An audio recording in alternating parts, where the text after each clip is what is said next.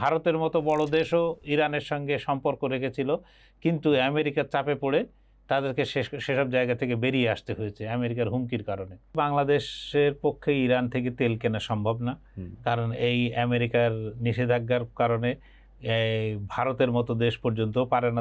চীনকে পাশ কাটিয়ে কি আমেরিকা এই অর্থনৈতিক নিষেধাজ্ঞা বলবৎ রাখতে পারবে? চীন এখন এই পজিশনে নেই যে আমেরিকা যা বলবে সেই কথা শোনার মতো জায়গায় কিন্তু চীন নেই।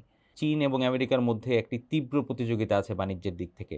এই ইরান ইস্যুতে এই দুই দেশের মধ্যে নতুন করে সম্পর্কের ফাটল কিংবা বড় ধরনের কোনো ধাক্কা আসতে পারে কিনা? ছোটোখাটো দেশ, আফ্রিকা, এশিয়া, লাতিন আমেরিকার দেশগুলো, সেই দেশগুলোর সঙ্গে চীন কি সম্পর্ক তৈরি করছে, কোথায় চীন ঋণ দিয়ে, কোথাও চীন তার অবকাঠামো তৈরি করে, বিভিন্নভাবে চীন তার সঙ্গে বিভিন্ন দেশের সঙ্গে যুক্ত হয়ে যাচ্ছে। এই যুক্ততা কমানো, এগুলোই কিন্তু আমেরিকার মূল মাথা ব্যথা। চর্চায় স্বাগতম।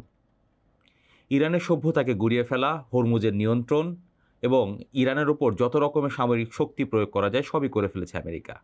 এখন ইরানকে বশে আনতে শেষমেশ অর্থনৈতিক চাপ দেওয়ার কৌশল নিয়েছে আমেরিকা। এই কৌশলে আসলে ইরান কতটা বশে আসবে এবং এই বশে আসার প্রক্রিয়ায় অন্য কোনো দেশ বাধা দিবে কিনা, বাধার সম্মুখীন হবে কিনা আমেরিকা, সেসব নিয়ে কথা বলবো। সঙ্গে আছেন চর্চার ব্যবস্থাপনা সম্পাদক সেলিম খান। সেলিম খান, আপনাকে স্বাগতম। ইরানের বিরুদ্ধে ইকোনমিক ডি-ডে ঘোষণা আমেরিকার, এবার কি মনে হয় যে সামরিক অভিযান হলো, ইরানকে গুড়িয়ে দেওয়ার হুমকি হলো, নানা রকমের হামলা, সব কিছু হলো, এই অর্থনৈতিক চাপে কি ইরানকে গুড়াতে পারবে আমেরিকা? প্রথমে এক কথায় বলতে গেলে যে আমেরিকা ট্রাম্প প্রশাসনের আন্ডারে বা তাদের নিয়ন্ত্রণে থাকার পর আমেরিকাকে ট্রাম্প প্রশাসন যতটা হাস্যকর করে তুলেছে, এতটা হাস্যকর মনে হয় যে অন্য কারোর সময় তো তোলেনি। ধরুন, এতদিন আমরা যেগুলো দেখেছি, মানে আমেরিকারই যে পথ ফলো করতো বা অনুসরণ করতো কোনো দেশকে জব্দ করার আগে, তারা প্রথম যে কাজটি করতো, তাকে দেশটিকে কূটনৈতিকভাবে একটা একঘরে করার বিভিন্ন ধরনের নিষেধাজ্ঞা চাপিয়ে একঘরে করতো। এরপরে তারা কি করতো, যে দেশটির উপর অর্থনৈতিক নিষেধাজ্ঞা আরোপ করে সেটাকে আর্থিকভাবে পঙ্গু করে দেওয়ার চেষ্টা করত। এরপরে যখনও তাতেও কাজ হতো না, তখন শেষ অস্ত্র হিসাবে সামরিক শক্তি প্রয়োগ করা হতো। এখানে দেখা যাচ্ছে যে উল্টো কাজটা হচ্ছে। আচ্ছা, যে প্রথমেই আসলাম সামরিক শক্তিতে। এর আগে ইরানের বিরুদ্ধে যে নিষেধাজ্ঞা ছিল সেটা দীর্ঘদিন যাবৎ বলবৎ ছিল। আমেরিকা এবং তার পশ্চিমা মিত্ররা মিলে ইরানের বিরুদ্ধে নানা ধরনের অবরোধ আরোপ করে ইরানকে প্রায় একঘরে করে রেখেছিল। সেইখানে চীন, রাশিয়ার মতন গুটি কয়েক বন্ধু ছাড়া ইরানের তেমন কোনো বন্ধু ছিল না, মানে বাস্তবিক অর্থে থাকতে পারাটা কঠিন হয়ে যাচ্ছিল। যেরকম ভারতের মতো বড় দেশও ইরানের সঙ্গে সম্পর্ক রেখেছিল, কিন্তু আমেরিকার চাপে পড়ে তাদেরকে সেসব জায়গা থেকে বেরিয়ে আসতে হয়েছে আমেরিকার হুমকির কারণে। তাহলে বোঝা যায় চাপটা কোন পর্যায়ে ছিল। এরই মধ্যে আমেরিকা আপনার আক্রমণ করে বসলো ইরানের উপর। তো ইরানের উপর আক্রমণ করে তাদের ধারণা ছিল যে এক সপ্তাহের মধ্যে তারা প্রথমে ইরানের সর্বোচ্চ ধর্মীয় নেতা এবং অন্যান্য যে রাজনৈতিক সামরিক নেতৃবৃন্দ আছেন উপরের তলার, তাদেরকে হত্যা করবে এবং এদেরকে হত্যা করার সঙ্গে সঙ্গে সেই দেশের শাসন ব্যবস্থা একটা পরিবর্তন আসবে। কিন্তু সেই শাসন ব্যবস্থায় কাঙ্ক্ষিত পরিবর্তন আসলো তো নাই। পরিবর্তে দেখা গেল যে আরও কট্টর একটি শাসন ব্যবস্থা সেখানে কায়েম হতে চলেছে।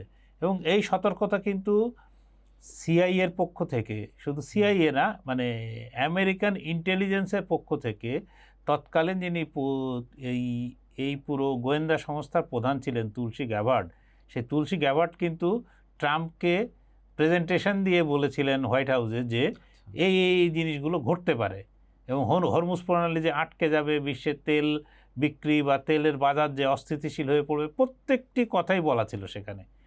কিন্তু কোনো কথাই ট্রাম্প কানে দেননি।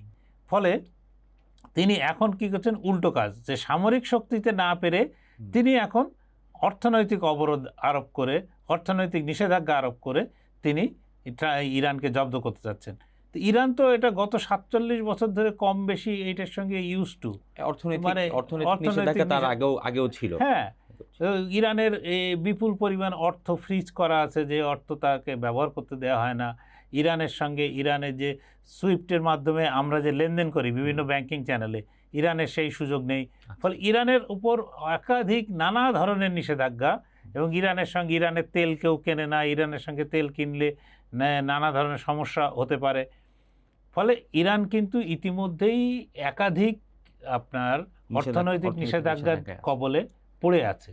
সুতরাং মরাকে আবার মেরে তো কোনো লাভ নেই। সেলিম খান, আমরা গতদিনই আলোচনা করছিলাম যে ইরান যুদ্ধে আমেরিকা কৌশলগত কি ভুল করেছে। আপনার কাছে কি মনে হয় যে সামরিক শক্তি যখন আমেরিকা প্রয়োগ করছে, সে একই সময় আবার অর্থনৈতিক চাপ দুটো একই সাথে চালাচ্ছে, এইটাও কি কৌশলগত কোনো ভুল কিনা? দেখুন, সামরিক শক্তি তো সে আর প্রয়োগ করছে না, এখনো পর্যন্ত কাগজে কলমে যুদ্ধ অব্যাহত, কিন্তু সামরিক শক্তি থেকে সে সরে আসছে। সে সরে এসে এখন অর্থনৈতিক অবরোধ আরোপ। অর্থনৈতিক অবরোধ কি, এখন সে বলছে যে সেকেন্ডারি যে মিডিয়ামগুলো আছে, মানে ইরানের সঙ্গে যারা যারা সম্পর্ক রাখবে, দেশ হোক কোনো প্রতিষ্ঠান হোক, যারাই সম্পর্ক রাখবে তাদের বিরুদ্ধে তারা অর্থনৈতিক অবরোধ আরোপ করবে বা তাদের মধ্যে শাস্তিমূলক ব্যবস্থা গ্রহণ করবে। এইটার মাধ্যমে তারা ইরানকে পুরোপুরি, তাদের ধারণা যে এর মাধ্যমে ইরান আন্তর্জাতিকভাবে বিচ্ছিন্ন হয়ে যেতে পারে। কিন্তু তাদের ভুলে যাওয়া উচিত না, ইরানের সঙ্গে কিন্তু রাশিয়ার একটা সীমান্ত আছে। সুতরাং রাশিয়া ওই সীমান্ত দিয়ে, কারণ রাশিয়ার উপরে অবরোধ, নানাভাবে রাশিয়া অবরুদ্ধ। পশ্চিমারা রাশিয়াকে প্রায় একঘরে করে রেখেছে, এবং রাশিয়া সেই অবস্থায় গত 5টি বছর কিন্তু টিকে আছে। তো এরই মধ্যে যদি ইরানকে যদি রাশিয়া সাহায্য করে, প্রথম দরকার, ইরানের তো জ্বালানি তেল আছে, তো ইরানের দরকার, ইরানের সবচেয়ে যে জিনিসটা জরুরি প্রয়োজন সে জিনিসটা খাদ্য সামগ্রী। তা খাদ্য সামগ্রী যদি রাশিয়ার মাধ্যমে যায়, রাশিয়ার গম যদি সেখানে সস্তায় যেতে পারে, তাহলে তো কোনো মানে ইরানের সমস্যা হওয়ার কথা না। শুধু গম না, নানা ধরনের খাদ্য সামগ্রী বা অন্যান্য জিনিস যেতে পারে। চীনও তাদেরকে দিতে পারে। চীন দিলেও যে চীনের বিরুদ্ধে বিরাট কোনো ব্যবস্থা নিতে পারে। চীন ইতিমধ্যে ঘোষণা করেছে যে এই যে আমেরিকার যে অর্থনৈতিক অবরোধের সিদ্ধান্ত ইরানের বিরুদ্ধে, সেটি তারা মানেও না এবং সেটি তারা মানবে না। এটা তারা প্রকাশ্যে ঘোষণা দিয়েছে, এবং তাদের কোনো কোম্পানির বিরুদ্ধে ব্যবস্থা নিলে তারাও পাল্টা ব্যবস্থা নেবে, এরকম ধরনের কথাও কিন্তু চীনের পক্ষ থেকে। চীনের প্রসঙ্গ যখন আসলো, যে ইরানের তেল বাণিজ্যের একটা বিপুল ভাগ চীনের সঙ্গে, চীন ইরান থেকে তেল নেয়, সেই জায়গাটায় যদি আমেরিকা এই নিষেধাজ্ঞা বলবৎ রাখে, যাদের সাথে ইরান ব্যবসা করবে তাদের সাথে বলবৎ রাখে, তাহলে তো চীনও তার একটা অংশ। এই চীনকে পাশ কাটিয়ে কি আমেরিকা এই অর্থনৈতিক নিষেধাজ্ঞা বলবৎ রাখতে পারবে? দেখুন, চীনকে বলা হয় যে বিশ্বের কারখানা। চীনে যে উৎপাদন, মানে বিশ্বে যে উৎপাদন হয় তার 30 থেকে 40% মতো উৎপাদন একা চীন করে। ফলে চীনের উপর নিষেধাজ্ঞা আরোপ করে আমেরিকার টিকে থাকাও কঠিন, কারণ আমেরিকার বাজারেও তো জিনিসপত্র লাগবে। আপনার ইরান এর কাছ থেকে চীন প্রায় ইরানে যে পরিমাণ তেল রপ্তানি করে, সেই রপ্তানি তেলের প্রায় 80 থেকে 90% তেল একাই কেনে হচ্ছে চীন। সুতরাং চীনকে আটকে দেওয়া মানে চীনের একটা বিরাট সোর্স। ইতিমধ্যে কিন্তু চীন ভেনেজুয়েলা থেকে তার তেল আমদানি বন্ধ হয়ে গেছে। আবার যদি তার ইরান বন্ধ হয়ে যায়, তাহলে চীনের পক্ষে কিন্তু তার যে তেলের সরবরাহ, শুধুমাত্র রাশিয়ার উপর ভরসা করে এই তেলের সরবরাহ ঠিক রাখা কিন্তু কঠিন হবে। সুতরাং চীন এখন এই পজিশনে নেই যে আমেরিকা যা বলবে সেই কথা শোনার মতো জায়গায় কিন্তু চীন নেই। এবং আপনি জানেন যে বিশ্ব একটা পরিবর্তনের মধ্য দিয়ে যাচ্ছে, এবং এই পরিবর্তন কোথায় গিয়ে ঠেকবে এই মুহূর্তেও আমরা কেউ জানি না। কিন্তু বিশ্ব যে একটা পরিবর্তিত পরিস্থিতির মধ্যে দিয়ে যাচ্ছে, 1945-এর বা দ্বিতীয় বিশ্বযুদ্ধ পরবর্তী সময়ের পর থেকে যে ব্যবস্থাটা চলে আসছিল, সেই ব্যবস্থাটা দিয়ে যে আর পৃথিবী চলছে না, নতুন একটা ব্যবস্থা যে দরকার, সেই ব্যবস্থার কিন্তু ইতিমধ্যে শুরু হয়ে গেছে। এই সূচনা নানা সময় আমরা বলছি যে ডলারাইজেশন নামে একটা নতুন শব্দ পর্যন্ত চলে আসছে, যে ডলারকে কিভাবে মানে তার গুরুত্ব কমিয়ে অন্য মুদ্রা কিভাবে শক্তিশালী করা যায়। সেক্ষেত্রে চীনের মুদ্রা এর বিকল্প হিসাবে দাঁড়িয়ে যাচ্ছে। কেউ মনে করছেন যে স্থানীয় মুদ্রায় বা দুই দেশের নিজেদের মুদ্রায় তারা ব্যবসা করবে, যেরকম ভারত এবং রাশিয়ার মধ্যে তারা নিজেদের মধ্যে রুপি এবং রুবলের বিনিময়ে তারা ব্যবসা করছে। ফলে মানে চীনকে জব্দ করার কোনো রাস্তা আমেরিকার নেই। কিছুক্ষণ আগে আমি নিউ ইয়র্ক টাইমসের একটা রিপোর্ট দেখছিলাম, তারা বুশ প্রশাসনের একজন মানে কি বলবো ঊর্ধ্বতন কর্মকর্তা, যিনি এই বাণিজ্য আমেরিকার বাণিজ্য মন্ত্রণালয়ের সঙ্গে যুক্ত ছিলেন, তিনি বলছেন যে যুক্তরাষ্ট্র যতই মুখে হম্বিতম্বি করুক আর বেসেন্ট যাই বলুন না কেন, সেক্ষেত্রে মানে যুক্তরাষ্ট্র চীনের ব্যাপারে খুব রিল্যাক্ট্যান্ট থাকবে।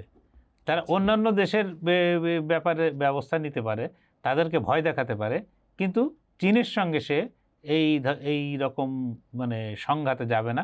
কারণ চীনের সঙ্গে সংঘাতটা এখনও যে পর্যায়ে আছে, তাকে যদি আরও বাড়ায় তাহলে মানে পরিস্থিতির অবনতি খুব দ্রুত ঘটতে থাকবে।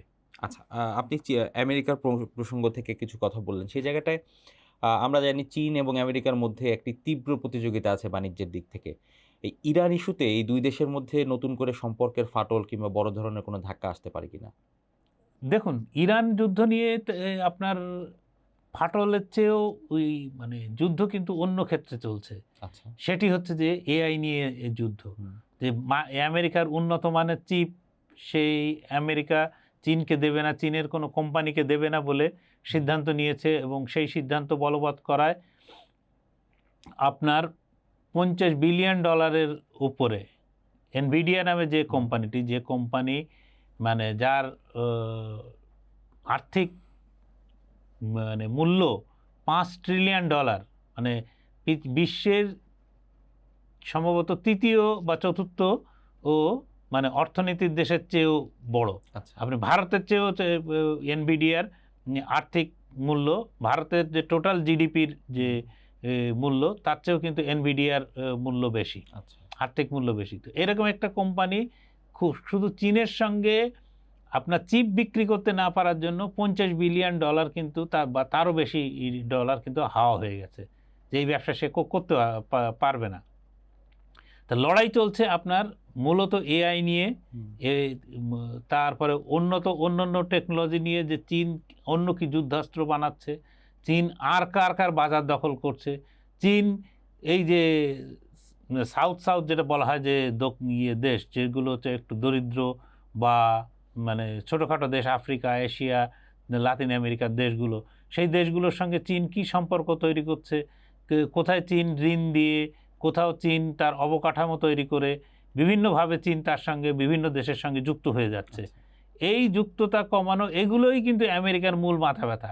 ইরানের সঙ্গে যে চীনের সম্পর্ক বা চীনের সম্পৃক্ততা, এটা নিয়ে কিন্তু মানে আমেরিকার মাথা ব্যথা আছে। তার চেয়ে বড় মাথা ব্যথা কিন্তু, সবচেয়ে বড় মাথা ব্যথা কিন্তু এআইতে চীন যেভাবে এগোচ্ছে, একবার যদি আপনি জানেন যে আমরা যে এখন 5Gর কথা বলি, কখনো কখনো আমাদের মোবাইল নেটওয়ার্কে 5G আসে বলা হয়, এই 5G কিন্তু আমেরিকার আগে চীনা কোম্পানি হুয়াওয়ে তৈরি করে ফেলেছিল, এবং যে 6Gর কথা যেটা বলা হচ্ছে, সেই 6Gতেও কিন্তু মানে চীন অনেকটাই এগিয়ে গেছে। সেক্ষেত্রে আমেরিকা ইয়েও পারবে কিনা যথেষ্ট সন্দেহ আছে, এবং আমেরিকা যে বারবার চীনের কাছে পরাজিত হচ্ছে। আপনি একটা ছোট্ট উদাহরণ দেয়া যাক, যে সারা বিশ্বে যে বৈজ্ঞানিক গবেষণাপত্র তৈরি হয়, এই গবেষণাপত্রের 60% বেশি গবেষণাপত্র হচ্ছে চীন থেকে, মানে চীনের বিজ্ঞানীরা, চীনের গবেষকরা তারা লিখছেন, এবং আমেরিকা তার তুলনায় অর্ধেকেরও কম। আচ্ছা, সেখানে চীনের দুটো বিশ্ববিদ্যালয় আছে, যে দুটো বিশ্ববিদ্যালয় আমেরিকার যে নামি দামি বিশ্ববিদ্যালয়, এই যে হার্ভার্ড, MIT, ক্যালটেক, এগুলোকে ছাড়িয়ে তাদের উপরে চলে গেছে। এবং বলা হয় যে চীনের যে দুটো বিশ্ববিদ্যালয়ের কথা বলা হচ্ছে, নাম এই মুহূর্তে আমি একদম এক্স্যাক্ট নাম মনে নেই, আপনার এই দুটো বিশ্ববিদ্যালয়ের যে ভর্তি পরীক্ষা হয়, যে চান্স পাওয়ার জন্য যে পরীক্ষা নেওয়া হয়, সেই পরীক্ষা যদি আপনি টেকেন একবার, তাহলে আপনি বিশ্বের যে কোনো ইউনিভার্সিটির পরীক্ষায় টিকতে পারবেন। তাহলে আপনি এই সবগুলো জিনিস যদি আমরা এক করি, এই গবেষণাপত্র, এই বিশ্ববিদ্যালয়ের মান, তারপরে চীনের এআই এর ব্যবহার, এবং শিশুদের মধ্যে কিভাবে এআই এর চিন্তা ছড়িয়ে দেওয়া হয়, এইটা নিয়ে কিন্তু আমেরিকানরা নিয়মিত তাদের প্রতিবেদন করে যাচ্ছে যে আমেরিকার সংবাদ মাধ্যমগুলো যে চীন এইটাকে কোনো কঠিন মানে একটা আমেরিকানরা যেটাকে তৈরি করে রেখেছে যে একটা বায়বীয় ধারণার মধ্যে, আর চীন সেটাকে খেলনার মতো তৈরি করে দিয়েছে, যে বাচ্চাদের সামনে খুলে দিয়েছে ওপেন, যে শিশুরা তৈরি করুক। ফলে চীন কোথায় চলে যাচ্ছে এই একটি জিনিসের উদাহরণ হচ্ছে মানে এআইয়ের উদাহরণ হচ্ছে যে সবচেয়ে বড়, তারপর হচ্ছে শিক্ষা দীক্ষা জ্ঞান বিজ্ঞানের প্রযুক্তিতে চীনের যে উল্লম্ফন, যে বিরাট পরিমাণ তাদের যে অগ্রগতি, এগিয়ে যাওয়া। এই অগ্রগতির সঙ্গে আমেরিকানরা পাল্লা দিয়ে পেরে উঠছে না। সেলিম খান, আমরা শেষ করার আগে একটু তেল নিয়ে কথা বলতে চাই, বিশ্ববাজারের তেল নিয়ে। যে আমেরিকা যদি আসলে অর্থনৈতিক চাপেই রাখে, সেক্ষেত্রে ইরানের তেল চীন হয়তো বড় অংশ নিতে পারবে, কিংবা চীনের সাথে আমেরিকা হয়তো টক্করে যাবে না। তবে যদি প্রেক্ষাপট বলা হয়, বাংলাদেশের মতন ছোট ছোট দেশ যারা আছে, যারা অনেকাংশেই ইরান থেকে তেল আনে কিংবা ওই তেলের উপর কিছুটা হলেও নির্ভরশীল, তাদের অবস্থা কি হবে? এখন আপনার প্রথম জিনিস হচ্ছে যে বাংলাদেশের পক্ষে ইরান থেকে তেল কেনা সম্ভব না, কারণ এই আমেরিকার নিষেধাজ্ঞার কারণে ভারতের মতো দেশ পর্যন্ত পারে না। তো আর বাংলাদেশ তো আমরা তো আরো মানে পারবো না যে, আর বাংলাদেশ যে ইরানের উপরে অত নির্ভরশীল নয়। কিন্তু ইরানের কোন জায়গায় সমস্যা, এই যে ইরান সংঘাতটা চালু থাকলে, ইরান যে হরমুজ প্রণালী বন্ধ রেখেছে, এই হরমুজ প্রণালী যদি আজ খোলা থাকতো তাহলে কিন্তু আমরা কাতার থেকে খুব সহজেই এলএনজি আমদানি করতে পারতাম। আমরা সৌদি আরব কুয়েত কাতার থেকে কিন্তু তেল আমদানি করতাম, এমনকি ইউএই থেকে তেল আমদানি করতে পারতাম। তাহলে আমাদের মূল সংকট হচ্ছে যে হরমুজ প্রণালী। হরমুজ প্রণালী যদি খুলে যায়, হরমুজ প্রণালী যদি খোলার ব্যবস্থা হয়, সেক্ষেত্রে বাংলাদেশ অনেক বেশি সুবিধা ভোগ করবে, বা তার পক্ষে তার যে জ্বালানি যে ব্যবস্থা, সেই জ্বালানি ব্যবস্থায় স্থিতিশীলতা আসবে এই হরমুজ প্রণালী খুলে গেলে।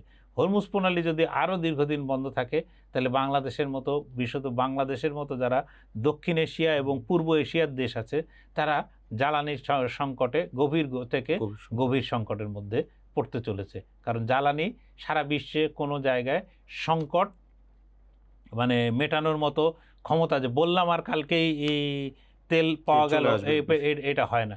যে কারণে আমেরিকা খুব জেনে বুঝেই কিন্তু এই যে নিষেধাজ্ঞা সত্ত্বেও, বিভিন্ন আর্থিক নিষেধাজ্ঞা সত্ত্বেও চীন যে ইরান থেকে রাশিয়া থেকে তেল কিনতে পারে, কারণ এই তেলের দুটো বড় বায়ার বা ক্রেতা হচ্ছে এই চীন এবং ভারত। তারা জানে যে চীন এবং ভারত যদি এই রাশিয়া বা ইরানের কাছ থেকে তেল কেনে, তাহলে তেলের বাজারে কিছুটা স্থিতিশীলতা রাখা সম্ভব, তেলের দাম কম রাখা সম্ভব। এখন যদি এই দুটো বড় বায়ার যদি তাদের এই দুটো মূল উৎস যদি বন্ধ হয়ে যায়, রাশিয়া এবং ইরানের মতন উৎস বন্ধ হয়ে যায়, তাহলে সেক্ষেত্রে তারা অন্য বাজারে গিয়ে ঝাঁপিয়ে পড়বে। সেক্ষেত্রে তেলের দাম লাফিয়ে লাফিয়ে বাড়তে শুরু করবে। এবং ইতিমধ্যে আপনার যারা তেল উৎপাদনকারী দেশ, সেই তেল উৎপাদনকারী দেশগুলোর একটা বড় অংশ তাদের তেল সাপ্লাই দিতে পারছে না। সৌদি আরব যে পরিমাণ তেল বিশ্ববাজারে সরবরাহ করতো সেটা পারছে না, কুয়েত পারছে না, কাতার পারছে না, ইউএই পারছে না। ফলে বিশ্ববাজারে একটা বিরাট পরিমাণ ঘাটতি তৈরি হয়েছে। এখন এই ঘাটতিটা কীভাবে সামাল দিচ্ছে? ঘাটতিটা সামাল দিচ্ছে মানুষ তার তেলের ব্যবহার কমিয়েছে, তেলের কিছু বিকল্প উঠেছে। যেরকম ধরেন আপনি খুব সহজে যদি বলি ইভি কার, এই যে ইলেকট্রনিক ভেহিকল, যে বিদ্যুৎ চালিত গাড়ি ব্যবস্থা, বিদ্যুৎ চালিত গাড়ির মাধ্যমে এই সংখ্যাটা দিন দিন বাড়ছে। ফলে তেলের চাহিদা, তেল মানে কি বলবো, রেশনিং করার কারণে বিভিন্ন দেশ স্বেচ্ছায় তেলের রেশনিং করেছে, এবং যে কারণে তেলের এই যে বিপুল পরিমাণ সরবরাহ কম, এই সরবরাহ কমটা এখনো বোঝা যাচ্ছে না, কিন্তু মানুষের চাহিদা কমিয়েছে বলে, মানুষ বা দেশগুলো তার চাহিদা কমিয়েছে বলে এটা বোঝা যাচ্ছে না। কিন্তু আর বেশি দিন চললে এই কমানোর দিয়ে আর কোনো কাজ হবে না।